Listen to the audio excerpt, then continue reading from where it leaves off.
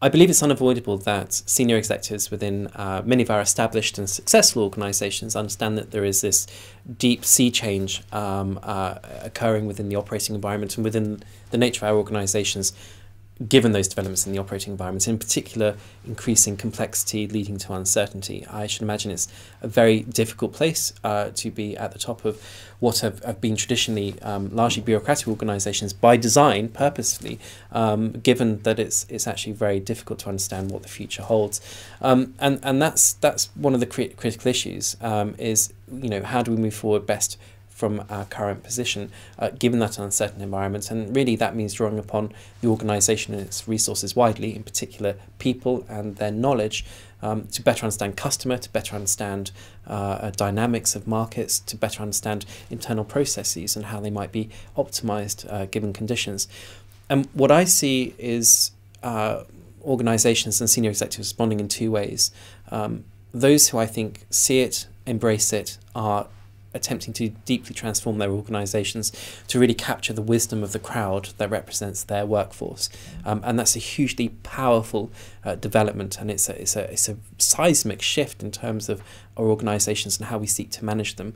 It basically means that we are expecting the majority of our organisation to conceive strategy in an emergent way going forward, as opposed to the majority just merely executing orders as we have embraced in the past. The second reaction I see is less positive, which is an attempt to seek to control the organisation even more in the absence of really understanding what's going on. So it's a question of not changing the model of organisation, but simply seeking to make the existing model better yet in order to survive. I have to say, I think there's a natural shelf life on that type of organisation, given where I think things are going. Knowing what to do with a medium such as Facebook or Twitter or however people are sharing organisations, I think some senior executives and boards are a little fearful of that and therefore don't know how to execute it, don't know how to use it, and therefore are either shutting it down or perhaps a worse case, are doing it in a way that's quite damaging. I found a Twitter site over Christmas actually with an organisation I'm quite aware of, and it really wasn't very representative of who they are, which is very creative, very innovative. They've got a voice that they sometimes say quite irreverent things, but provocative things about what's going on in the marketplace. And none of that was there. It was very controlled, it was very simple, it wasn't relevant. And I think that would have been better to be not there at all, and perhaps at worst could be damaging.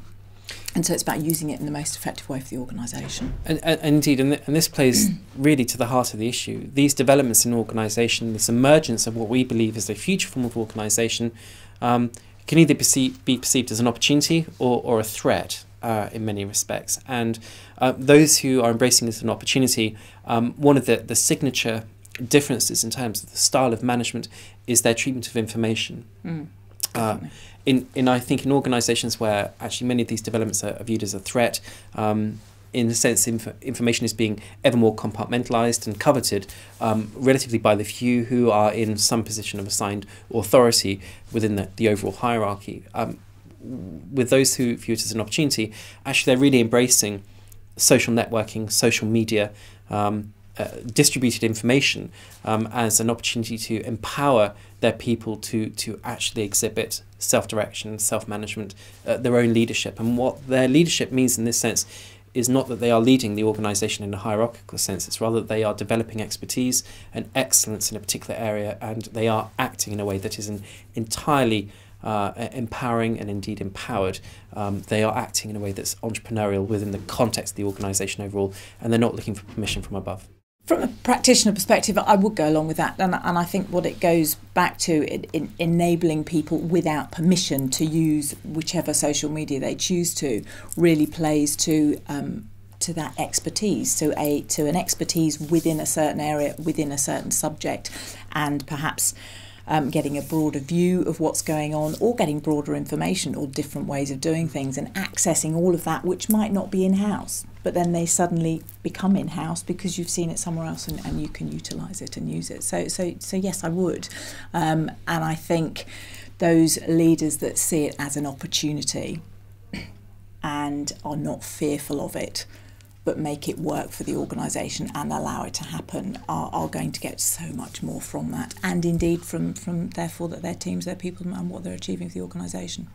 I quite often come across leaders who are very firmly rooted in the sand, if you like, or back in tradition, and perhaps fearful of using social media or even their teams and people having access to it within work time, whatever that is now. And I think those are the businesses and those are the leaders that will have a defined period, if you like, of how they're going to be successful, because it is the way the world works now. It's a pretty grim time for everybody, economically, and all of the social and political implications of that. And this is maybe a bit of a stretch, but I actually believe that the current financial crisis is in many respects related to precisely the discussion we're having. In a sense, it is about judgment and exercising judgment organisationally in an ever-changing, ever more complex and uncertain world. And how do we best do that? And in many respects, we can look at developments throughout the economy, but particularly in financial services, has been related to this point of, well, how do we actually best manage in that challenging environment? And is it through traditional means, or is it actually much more around sourcing innovations, going potentially beyond our borders? What does that mean for risk and governance? And how do we ensure that our people are doing the right thing? Is it through more controls, or is it precisely through empowerment, as we're describing?